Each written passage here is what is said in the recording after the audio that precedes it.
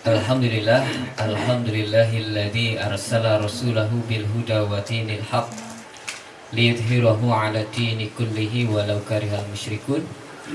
Asyhadu an la ilaha illallah wa asyhadu anna Muhammadan abduhu wa rasuluh la nabiyya wa la rasula ba'dah. Allahumma shalli 'ala Muhammad wa 'ala ali Muhammad amma ba'd.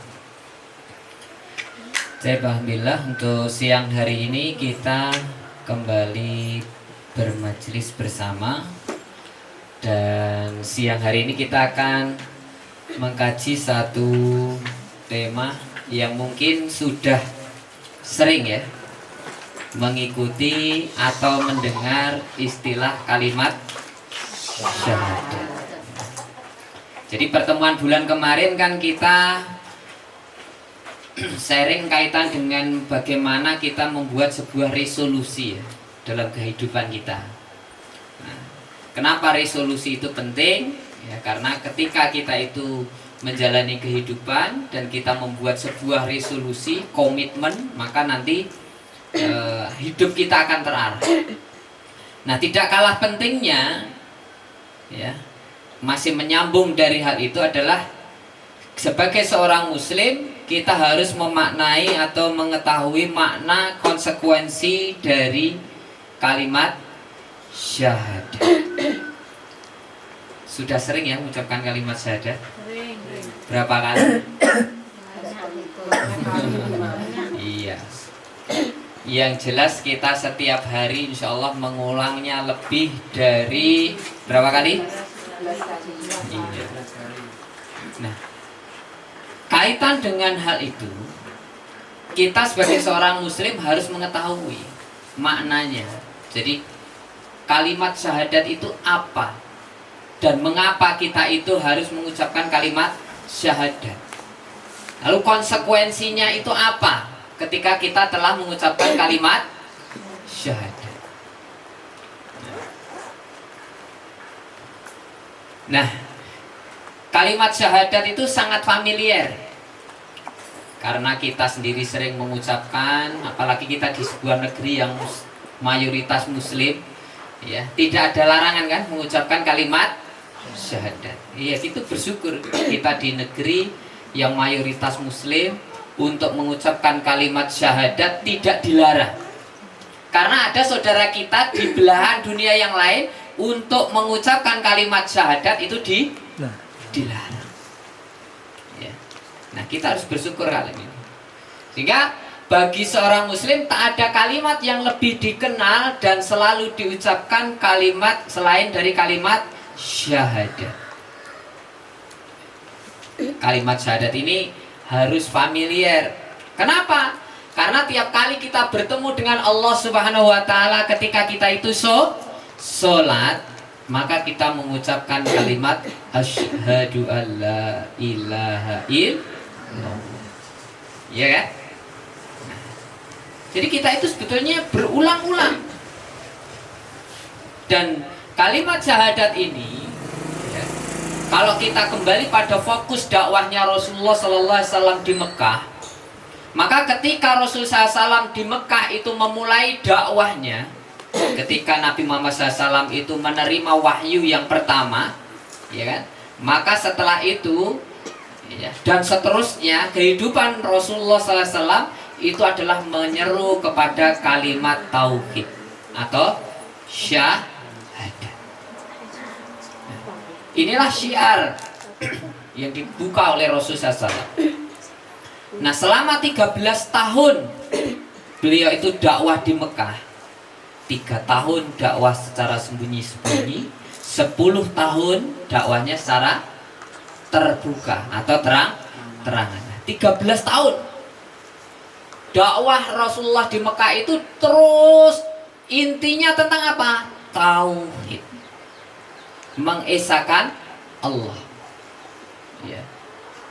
Dikuatkan kalimat syahadat itu di benak kaum muslimin hingga terhunjam kuat, sehingga tidak heran karena kalimat syahadat itu sudah betul-betul terhunjam kuat ketika Bilal bin Rabah, ya, seorang budak, ya, yang dia telah mengikrarkan kalimat syahadat, lalu dia diketahui oleh majikannya, oleh tuannya, lalu disiksa, tawarannya adalah hidup atau mati, dia masih bersikukuh dalam kalimat syahadat. Mengapa kok bisa sampai kuat seperti itu? Nah inilah esensinya. Jadi Rasulullah SAW itu menanamkan akidah, keyakinan yang kuat, khususnya pemahaman yang lurus tentang kalimat syahadat. Jadi kalimat syahadat itu betul-betul dipahami, tidak hanya tekstualnya saja, tidak hanya redaksi kalimatnya saja, tapi dipahami sampai maknanya yang mendalam.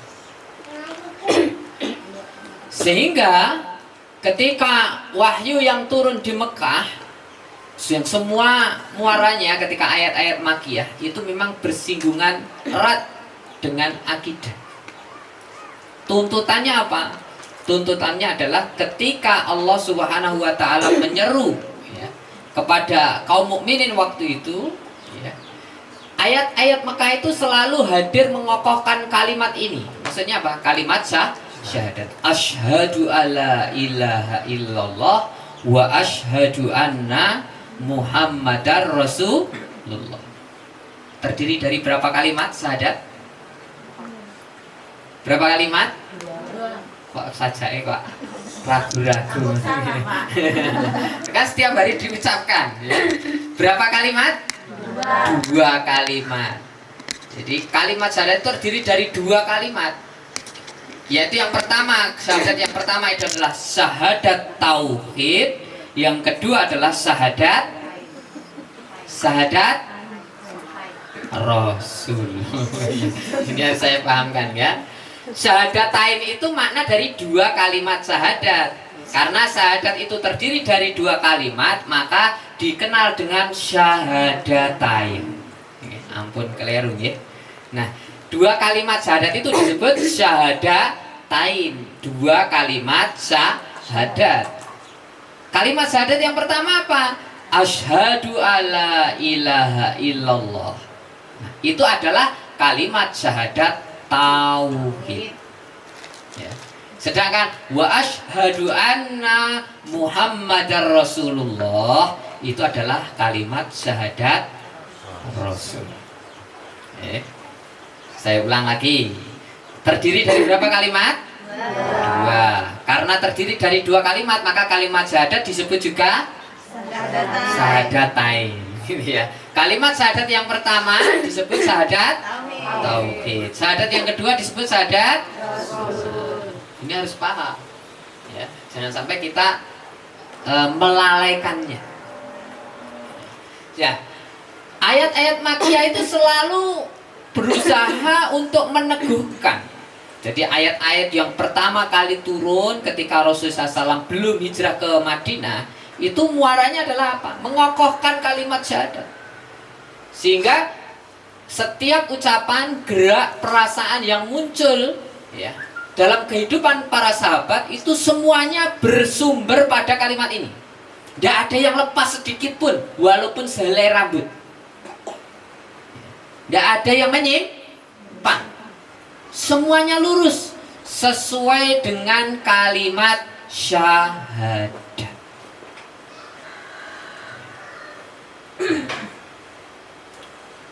Nah, sekarang ini masuk definisi syahadat. Pengertian syahadat. Jadi kalimat syahadat diawali dengan satu lafal yaitu asyhadu. Ma makna asyhadu? Maknanya adalah saya bersyahadat. Asyhadu. Kalimat asyhadu ini secara lughawi, secara bahasa itu berasal dari kata syahadah. Syahadah. Yang artinya adalah pernyataan jiwa atau al-i'lan. I'lan itu pernyataan. Ya. I'lan, syahadah. Janji atau al-wa'du dan sekaligus sumpah atau qasam.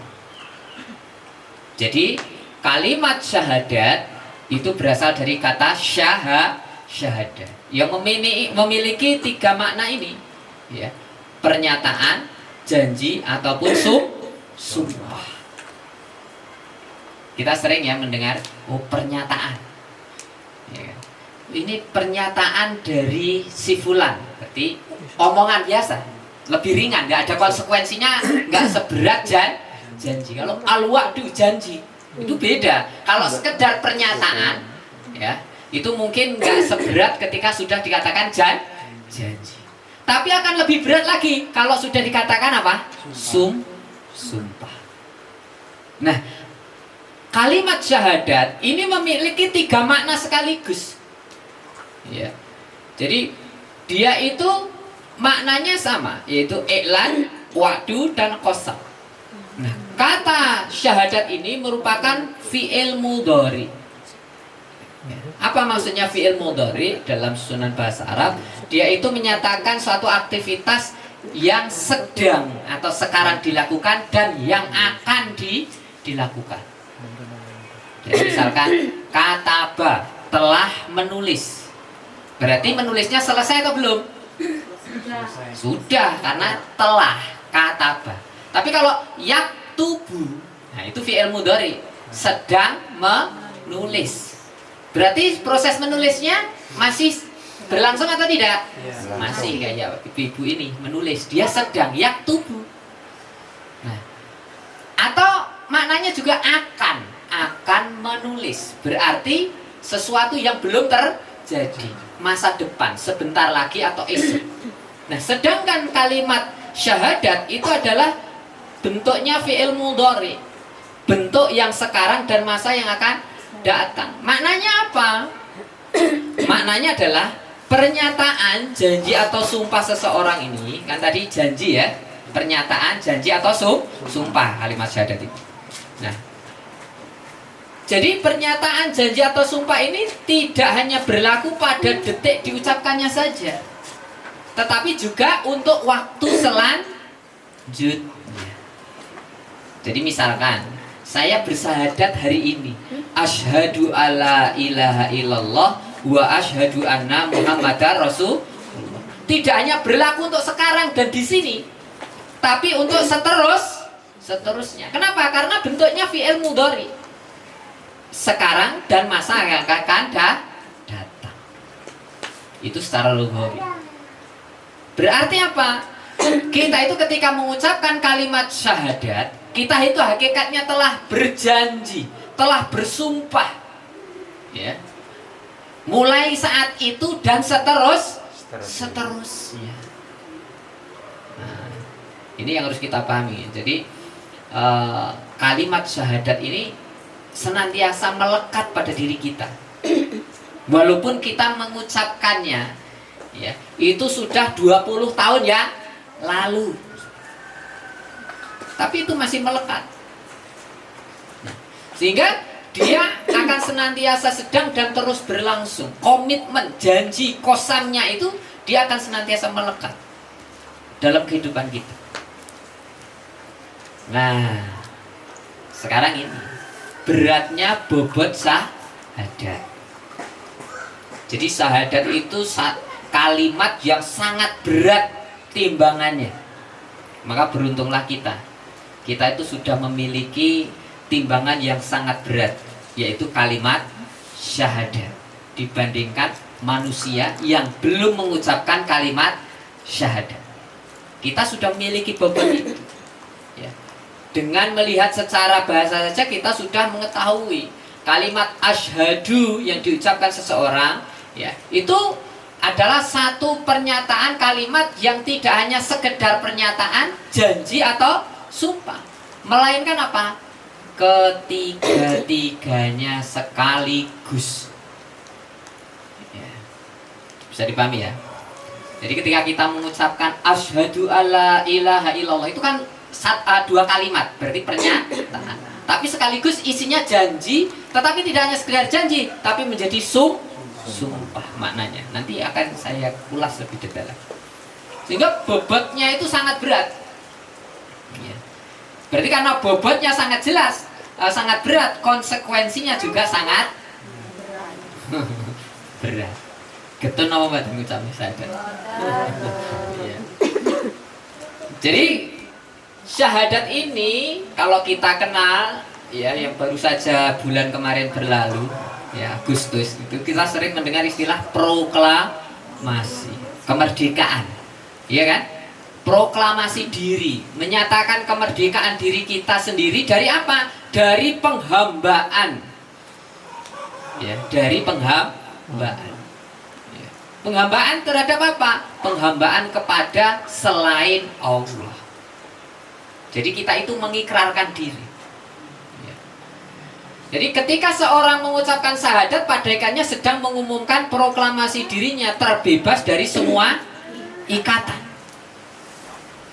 Bebas dari semua ikatan, bebas dari seluruh penghambaan, kecuali hanya kepada Allah Subhanahu wa Ta'ala.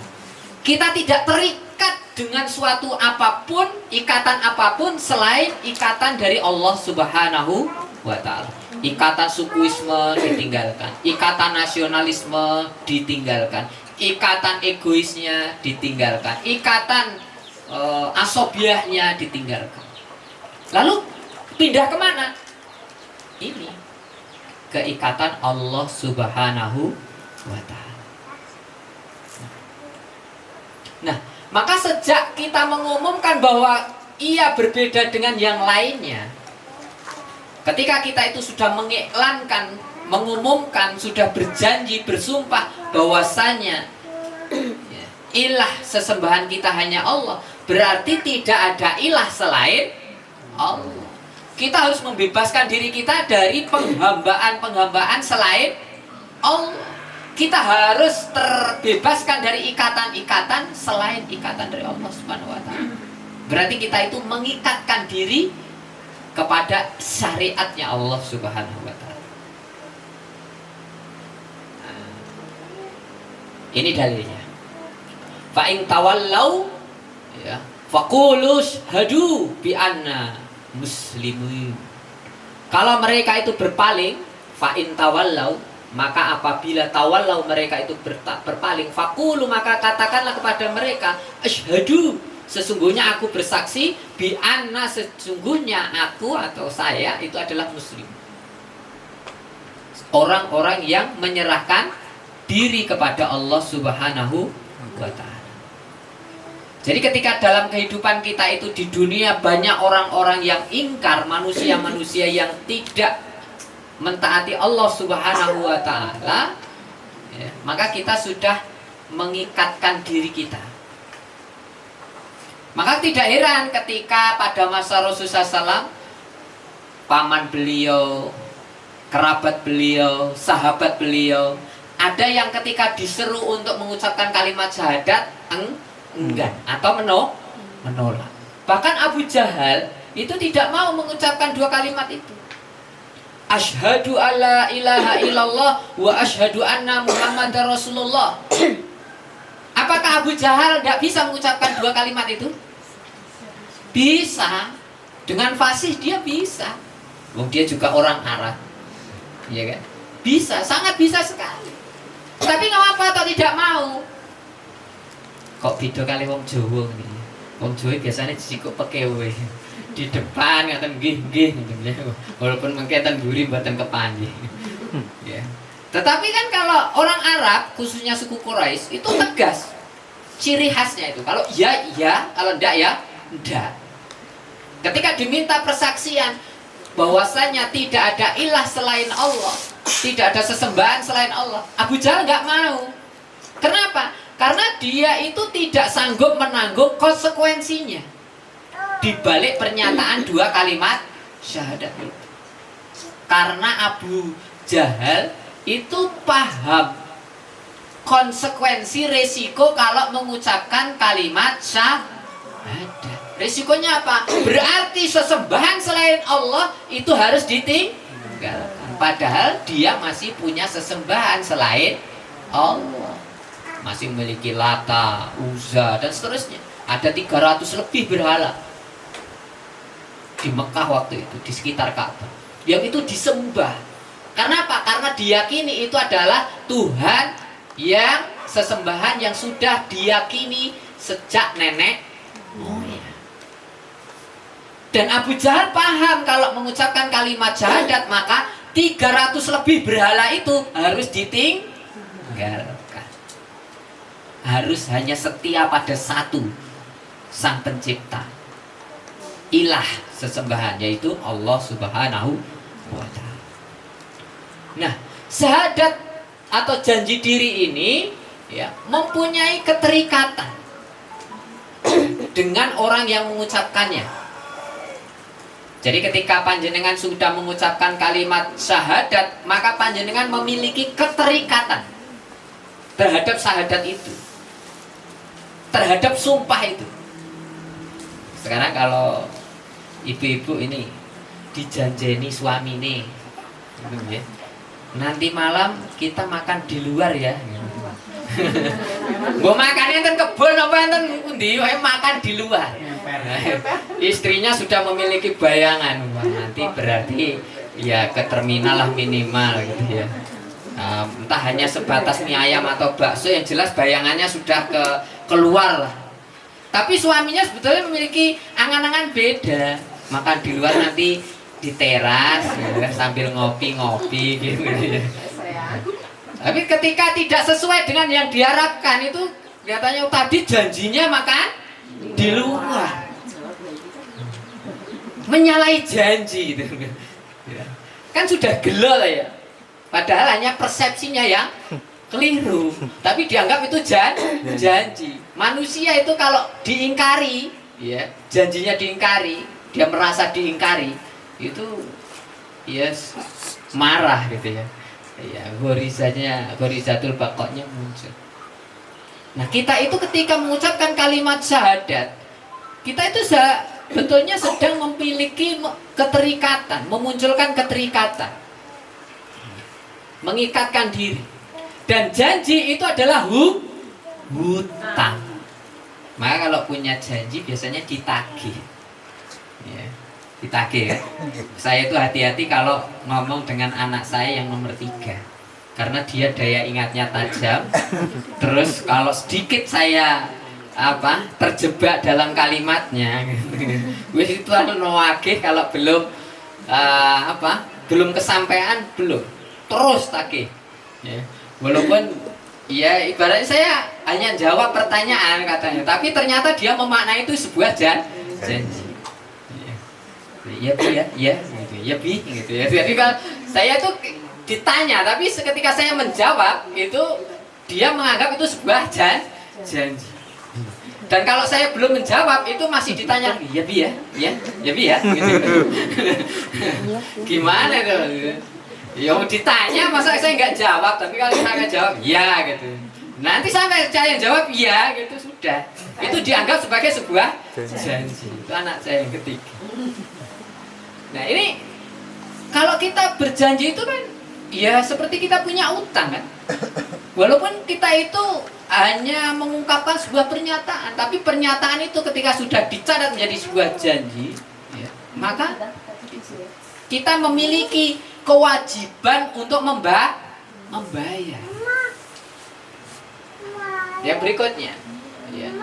Karena itu kehidupan seorang muslim sepenuhnya berada dalam aturan Allah sebagai realisasi untuk membayar janjinya. Kenapa kok seperti itu? Iya, karena syahadat itu keterikatan. Ketika sudah mengucapkan syahadat berarti kita sudah mengikatkan diri. Berarti kita sudah mengikatkan pada janji kita. Sehingga apa? Konsekuensinya kita harus membayar janji kita itu. Membayarnya dengan apa? Memenuhi kalimat syahadat. Nah, sampai kapan? Sampai kita itu meninggal. Kenapa? Karena kalimat syahadat itu terus ya sampai ajal menjemput. Nggak bisa kalimat syahadat itu kita buat terbatas ya. Kayak ibaratnya kita buat pagunya itu terbatas ya, dibuat terminnya 3 tahun atau 5 tahun aja lah. 5 tahun lunas. Kan janji ya, janji kan hutang harus dibayar lunas. Syahadat itu nggak bisa kita buat termin. Nanti termin pembayarannya bagaimana janjinya? 5 tahun lunas gitu, nggak bisa. Ya kan? Ketika kita itu mengucapkan kalimat syahadat, maka terus selama kita masih hidup, maka kita terikat dengan itu. Nah, janji untuk menjadikan Allah sebagai Rabb dengan segala hak-haknya, hak untuk ditaati, hak untuk dipatuhi, hak untuk dicintai, dan diperhatikan kehendak serta kemauannya. Nah, jadi konsekuensinya itu. Dan kita ingat Rasulullah SAW juga sudah menyampaikan, Allah itu sangat pencemburu, nggak mau diduakan, ya kan? Nggak mau, marah Allah Subhanahu Wa Taala. Nah, ini hakikat yang harus kita pahami. Bahwasanya ketika kita sudah mengikatkan ya, diri kita dengan mengucapkan kalimat syahadat, maka kita harus memenuhi haknya Allah. Jangan sampai kita mencederai ya. Jangan sampai ada dusta di antara kita ya kan? Nah ini yang harus kita pahami. Jadi syahadat itu bukan hanya kalimat yang enteng, yang sepele. Yang penting asyhadu alla ilaha illallah wa asyhadu anna muhammadar rasulullah. Ada tetangga saya itu yang mengucapkan kalimat syahadat karena pinginnya nikah. Iya, karena non muslim ketika ingin nikah, yang dinikahinya itu seorang muslimah, maka dia ya sudah apa-apa lah ngukur kalimat syahadat. Sampai tahu kalimat syahadat gimana kalimatnya? Asyhadu alla ilaha illallah wa asyhadu anna muhammadar rasulullah. Gampang. Nah, berarti dia belum memahami resikonya, konsekuensinya, bobot timbangannya. Sehingga apa? Ketika seorang itu tidak memahami makna kalimat syahadat, maka dia dengan mudah mengucapkannya dan dengan mudah pula dia melalaikannya. Iya kan? Gitu. Maka kalau kita itu sudah memahami maknanya, kita itu berat untuk mengingkari atau melalaikan. Nah, ini saya menukilkan dalam surah Al-A'raf ayat 172, yang mana kita itu sebetulnya sebelum lahir di dunia sudah berjanji, sudah bersaksi.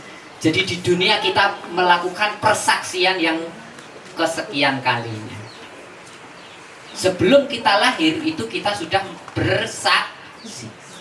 Buktinya apa? Ini wa'id akhadha rabbuka min bani adam min duhurihim ya dzurriyyatahum wa asyhaduhum ala anfusihim alastu anna taqulu ya di sini. Dan ingatlah ketika Rabbmu mengeluarkan keturunan anak-anak Adam dari sulbi mereka dan Allah mengambil kesaksian terhadap jiwa mereka. Alastu birabbikum, alastu birabbikum. Maka dia itu menjawab, qalu bala. Mereka itu menjawab. Kita itu sudah diminta persaksian ketika kita itu akan ditiupkan ke ruh kita akan ditiupkan ke alam kandungan. Di alam ruh sudah diminta persaksian, dan waktu itu kita sudah menjawab qalu bala syahidna. Tapi kita sudah lupa. Maka Allah meminta lagi persaksiannya di dunia. Tapi Allah mengingatkan di dalam Al-Quran, dulu kita itu sudah pernah diminta persaksian. Nah, sumpah tidak diucapkan setiap saat, hanya digunakan dalam keadaan darurat. Itu biasanya kan seperti itu ya.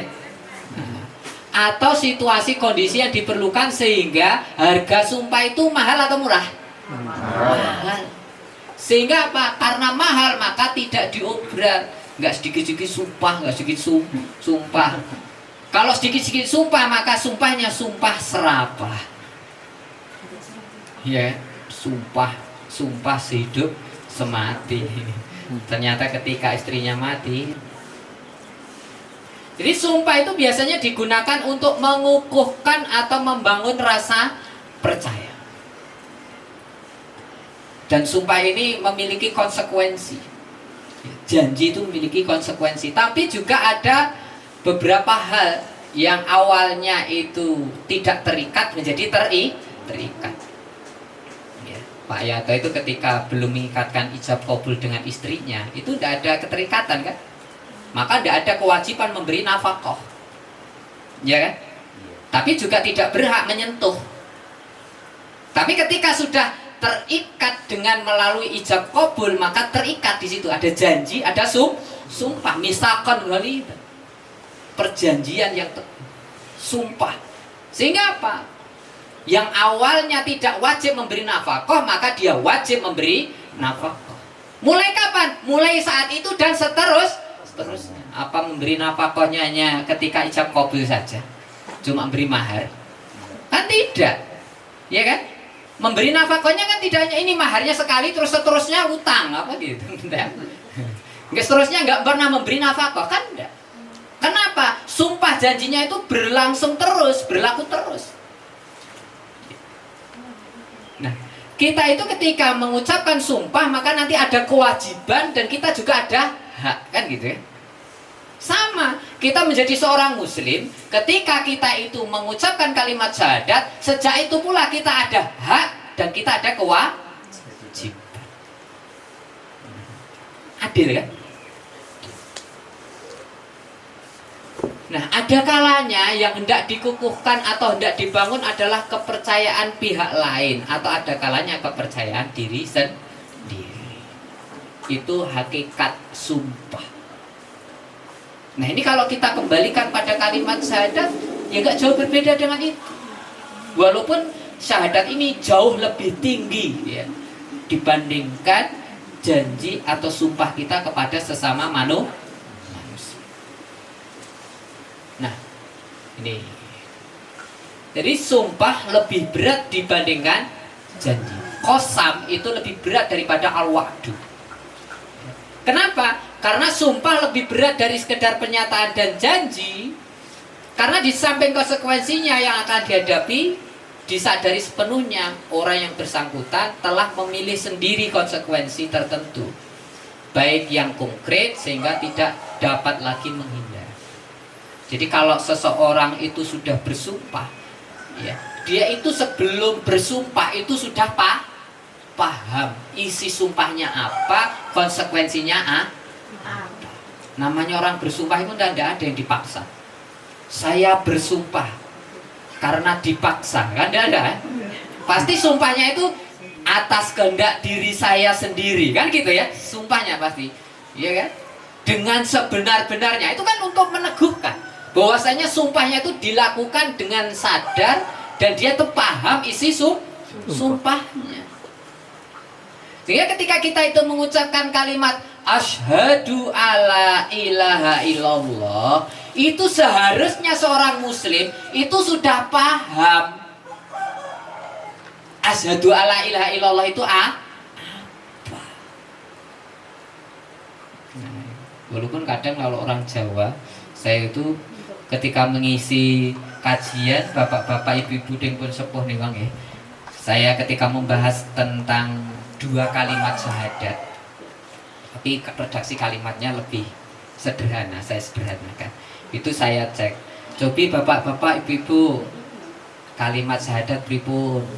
Ada yang mengucapkan asyhadu alla ilaha illallah. Gitu ya. Kenapa? Karena dia ketika menerima dulu itu seperti itu. Ya. Saya luruskan asyhadu alla ilaha illallah. Diulang lagi. Pripun? Asyhadu alla ilaha illallah. Saya ulah. Angel. Kenapa? Karena dia menerima pertama kali itu seperti itu. Sama halnya ketika menerima lafal basmalah, bismillah, itu dia menerimanya hanya semilah. Ya kan? Semilah kan gitu. Ada loh ini. Nah, itu harus diluruskan karena maknanya sudah berbeda. Nah, kita telah mengetahui ya makna kalimat syahadat, maka harus diluruskan, redaksinya harus diluruskan, ya kan, dibenarkan, maknanya juga harus diluruskan. Kita mengucapkan kalimat asyhadu alla ilaha illallah itu tidak hanya pengakuan bahwasanya tidak ada Tuhan selain Allah tok. Berhenti di situ. Tidak. Ini konsekuensinya. Jadi wujud syahadat itu secara istilah berarti pernyataan, janji dan sumpah untuk beriman kepada Allah dan Rasulnya, membenarkan diri dalam hati, dinyatakan dengan lisan, dibuktikan dengan perbuatan. Jadi tasdik bi qalbi, ya di sini, qaul bil lisan dan amal bil arkan. Jadi tidak hanya di lisan saja terus berhenti. Wah, sing penting pun kalimat syahadat. Asyhadu alla ilaha illallah. Masalah amal carry. Kenapa? Karena saya pernah mendapatkan cerita. Dulu itu ada sahabat yang dia itu mengucapkan kalimat syahadat, terus meninggal. Wes swarga loh. Ya memang ada kan? Iya memang ada. Hadisnya banyak. Ada satu orang sahabat disampaikan Rasulullah SAW dalam satu hadis yang panjang. Dia itu belum beramal selain apa? Kalimat syahadat. Kenapa? Karena setelah dia mengikrarkan kalimat syahadat, ada panggilan jihad, dia langsung beramal jihad, syahid. Jadi belum pernah sholat, puasa, apalagi zakat. Nah terus dijadikan alasan. Yang penting pun kalimat syahadat. Sahabat riyen men mboten ngan salat, mboten zakat niku pun dikabane Kanjeng Nabi mlebet swarga. Nah, ini juga harus diluruskan. Nah, apabila seseorang itu telah membenarkan dalam hatinya, maka dia dikatakan memiliki qimah batinah. Yang mana status keimanannya itu telah diakui oleh Allah Subhanahu wa ta'ala. Tapi ingat, ya, yang masuk jannah itu kan tidak hanya iman, syaratnya dua. Innalladzina amanu wa amilus sholihat. Sedangkan tadi kalau ada di dalam hati itu baru dalam status keimanan. Sebaliknya, betapapun seorang itu menyatakan keimanan secara lisan, ya, jika hatinya mendustai Allah dan Rasulnya, maka status keimanannya tidak diakui. Munafik, ya. Jadi menyatakan Tuhannya Allah, tetapi ketika diperintahkan untuk beramal, dia tidak mau. Maka inilah esensinya. Iman itu harus diikuti dengan amal. Orang yang menyatakan saja dalam lisan tapi hatinya tidak mengikuti, itu juga tidak diakui oleh Allah Subhanahu wa ta'ala. Nah, urgensi syahadat itu apa? Yang pertama, dia merupakan pintu masuk ke dalam bangunan Islam. Kenapa? Karena bunyal Islamu ala khamsin. Syahadati alla ilaha illallah wa anna Muhammadar Rasulullah. Dia pintu masuk. Maka pembeda antara seorang muslim dengan orang kafir, bedanya adalah dengan kalimat syahadat. Itu sudah membedakan. Yang pertama kali itu. Bedanya seorang penghuni jannah dengan penghuni neraka adalah karena dia ini mengucapkan ini. Nah, lalu urgensi yang kedua. Yang kedua adalah syahadat itu adalah inti dari ajaran Islam. Jadi konsep ibadah, akhlak, syariat itu semuanya mengacu pada kalimat syahadat. Asyhadu alla ilaha illallah wa asyhadu anna Muhammadar Rasulullah. Kenapa? Karena setelah mengakui, ya, mengikrarkan, bersumpah tentang syahadat tauhid, tidak ada ilah selain Allah. Wa asyhadu anna Muhammadar Rasulullah, dia berarti terikat, ya, dengan pengakuannya terhadap Rasul, maka harus konsekuensinya mengikuti syariat, ajaran yang disampaikan oleh Rasul. Nah, jadi begitu pula aturan ekonomi, politik dan seterusnya, ya. Dia harus melakukannya. Kenapa? Karena ini tuntutan akidah. Karena dia sudah mengikrarkan wa asyhadu anna Muhammadar Rasulullah, maka konsekuensinya apapun ajaran yang disampaikan Rasul harus diikuti. Ya. Maka Allah telah mengingatkan wa may yabtaghi ghairal Islam fala yuqbala min wa huwa fil akhirati minal khasirin. Dan barang siapa yang dia itu mencari agama selain Islam, maka dia itu akan rugi, tertolak.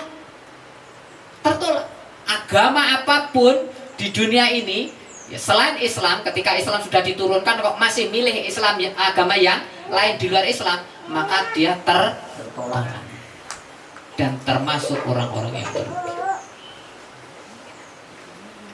Urgensi yang ketiga, kenapa kok kita harus mengucapkan kalimat syahadat? Pentingnya opo? Gue ngopo gitu ya.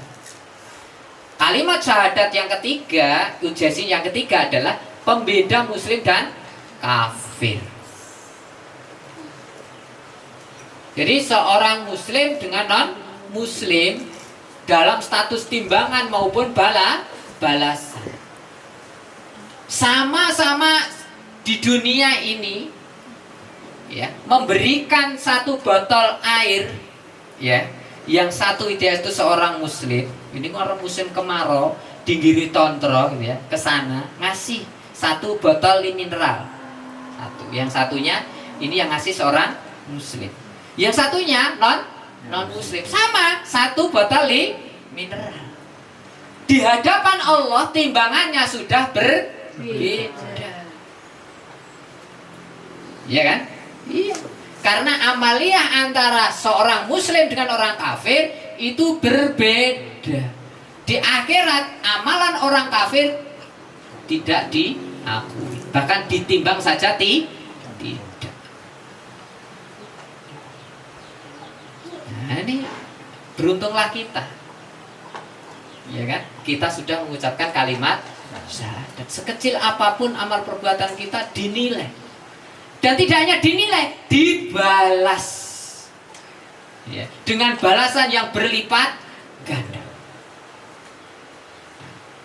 Ini urgensinya. Kenapa kita itu mengucapkan kalimat syahadat? Karena ada urgensinya itu. Lalu dalam surah An-Nur ayat yang ke-39 Allah telah mengingatkan, dan orang-orang kafir amal-amal mereka itu laksana fatamur waladina kafaru a'malahum kasara ya, seperti fata morgana.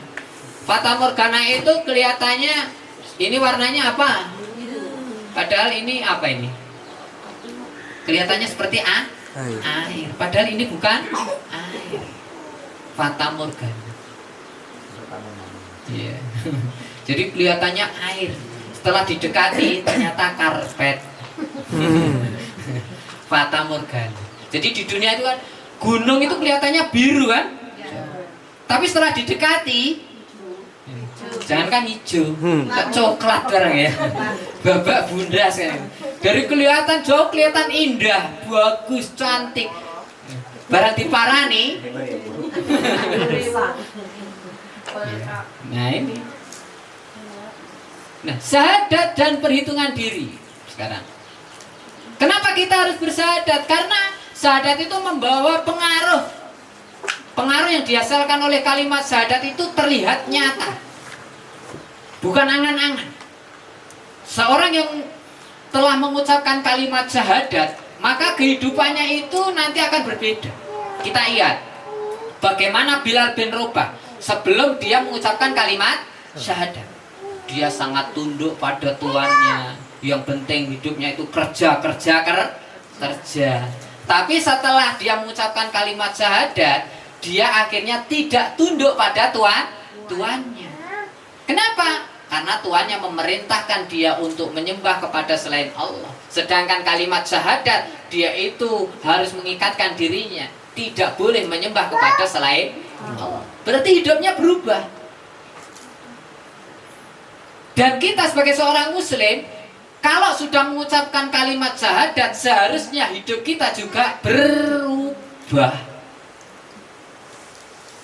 Ketika kita itu belum memahami ekonomi Islam, sistem ekonomi Islam, sewa menyewa itu yang benar bagaimana, jual beli itu yang benar bagaimana, ya kan? Simpan pinjam itu yang benar bagaimana. Itu kan kita yes gubras gabrus ngeten nggih. Saya sing penting sewa-sewa ya wis padha cocoke, dol tinuku sing penting padha mathuke.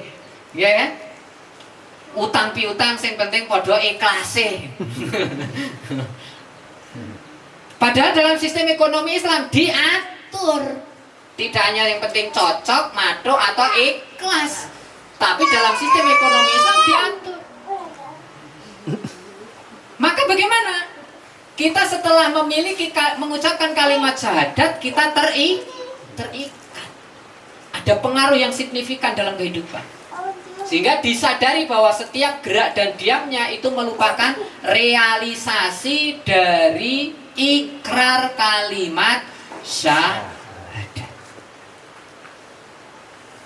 Coba panjenengan baru keluar rumah, yang ibu-ibu keluar rumah kan menutup aurat kan, pakai kerudung. Kenapa kok pakai himar, pakai kerudung? Kan ada pertanyaan, kalau ditanya gitu gimana? Ini perintah Allah, gitu kan? Nah, kenapa harus taat kepada Allah? Gitu kan? Jawaban kita pasti karena saya punya janji sumpah bahwasanya tidak ada yang ditaati selain Allah, dan ini perintah Allah. Saya keluar rumah harus mengenakan kerudung, wajib hukumnya. Itu syariat Allah. Muaranya kemana? Syahadat. Ketika kita itu mau jual beli, ya, dol tinuku beras, wah berasnya larang, wah berasnya muda, beras muda, ya, maka akan lebih untung lagi kalau kita itu timbangan dimainkan. Wis berasnya muda, ya, untungnya tambah lah ya, kulaane 10.000 ngedole 15.000, wis, ya kan, timbangannya di, nah, untungnya tambah gede.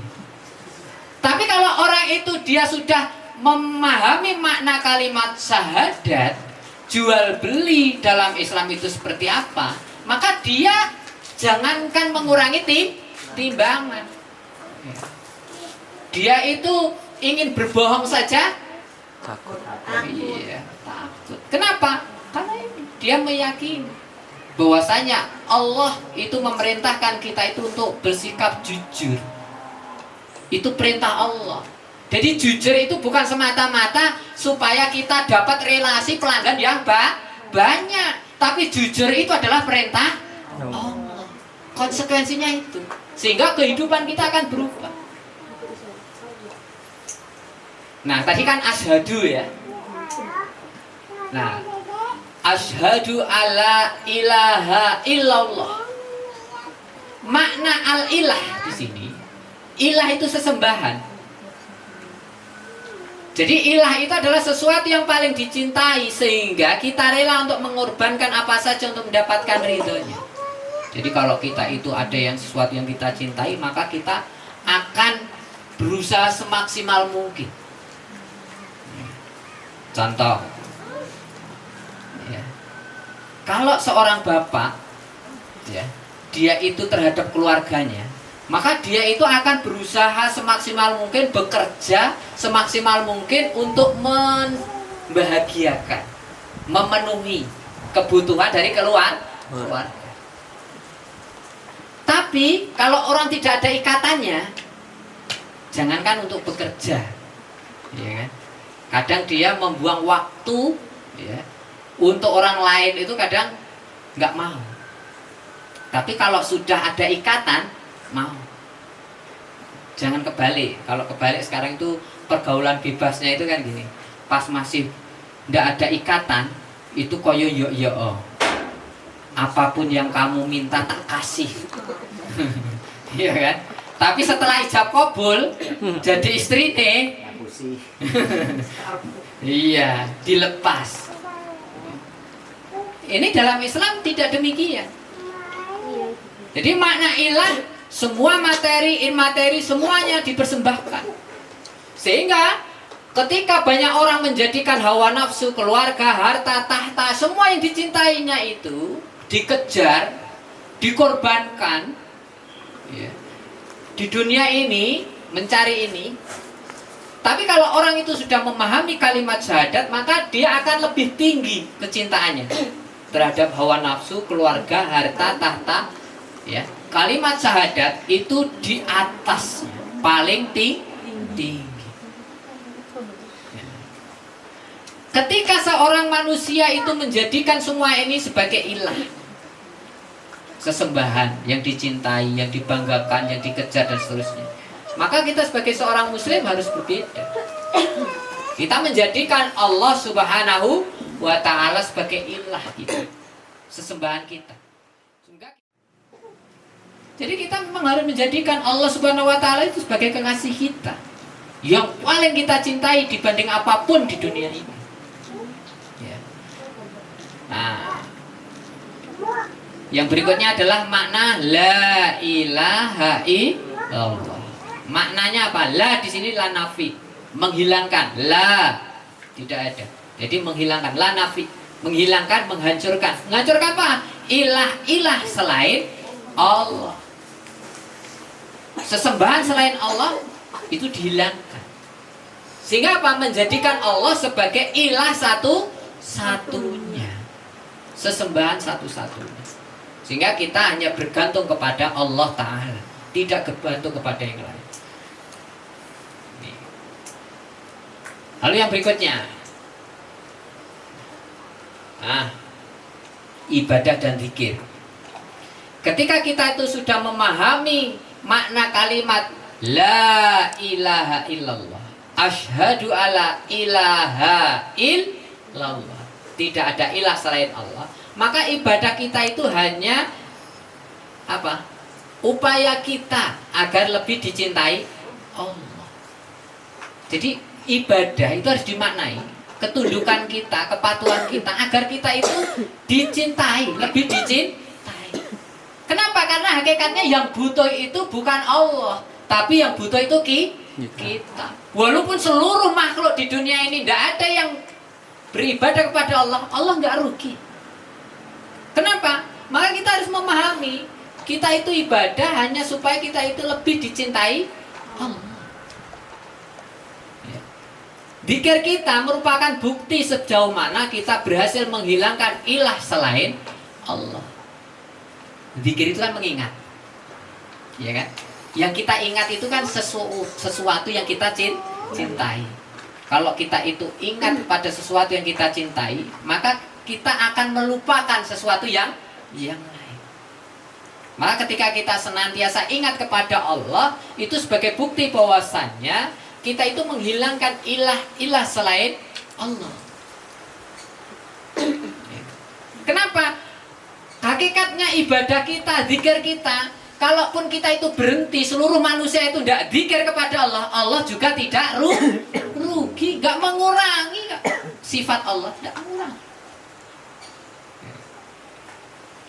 Nah, maka makna syahadatain atau dua kalimat syahadat itu, ya, itu adalah dua kalimat syahadat. Syahadat yang dimaksud adalah ini, ya, syahadat uluhiyah, dan yang kedua adalah syahadat risalah. Jadi syahadat uluhiyah di sini adalah persaksian bahwasanya tidak ada penghambaan, ya, selain hanya kepada Allah Subhanahu wa ta'ala. Lalu kenapa kok disebut dengan syahadat risalah? Iya, syahadat Rasul di sini berarti kita itu mengakui risalah yang telah dibawa oleh Rasulullah Shallallahu Alaihi Wasallam. Karena Muhammad di sini tidak hanya sebagai seorang pribadi, tetapi sebagai Rasulullah, utusan Allah. Seorang utusan pasti membawa risalah, ajaran.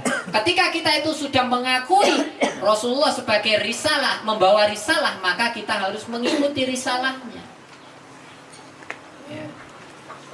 Jadi kalau Rasul SAW telah memerintahkan kita untuk mengharamkan riba, ya kan? Riba itu haram, harus ditinggalkan, ya harus kita tinggalkan. Ketika sudah disampaikan khamr itu haram, maka ya harus kita tinggalkan. Ketika sudah diperintahkan kita itu untuk sholat, ya kita harus mengerjakan. Ketika kita diperintahkan untuk dakwah, maka kita juga harus berdakwah. Ketika kita diperintahkan untuk tholabul ilmi, ya harus tholabul ilmi. Itulah esensinya. Bahwasanya kita itu sebagai seorang hamba yang telah mengucapkan syahadat, ya, itu harus memahami syahadat risalah.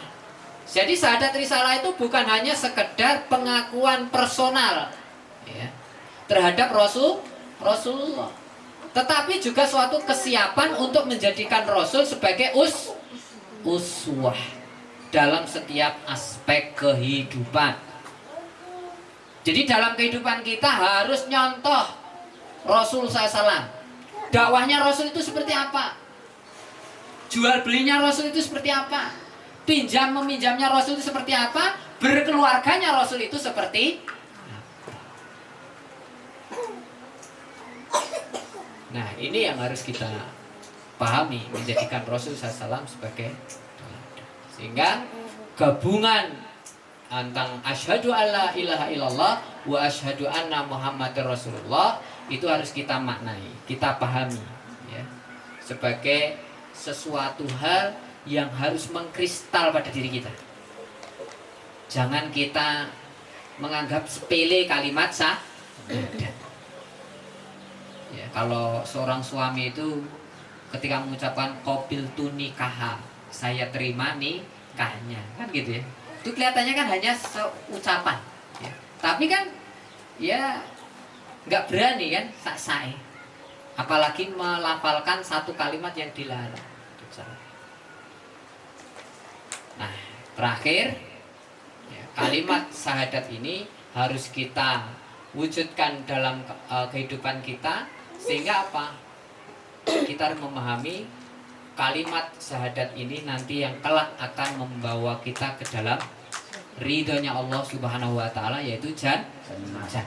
Maka monggo mari kita setelah memahami sore hari ini tentang apa itu kalimat syahadat, ya, maka harus kita jaga sumpah kita, jangan sampai batal. Janji kita jangan sampai kita mengingkari. Karena ketika kita itu sumpah kita sampai batal, janji kita ingkari, maka besok akan berat, ya, pertanggungjawaban kita kepada Allah Subhanahu wa Ta'ala. Ya, demikian sedikit hal yang dapat saya sampaikan pada kesempatan sore hari ini. Mudah-mudahan bermanfaat. Assalamualaikum warahmatullahi wabarakatuh.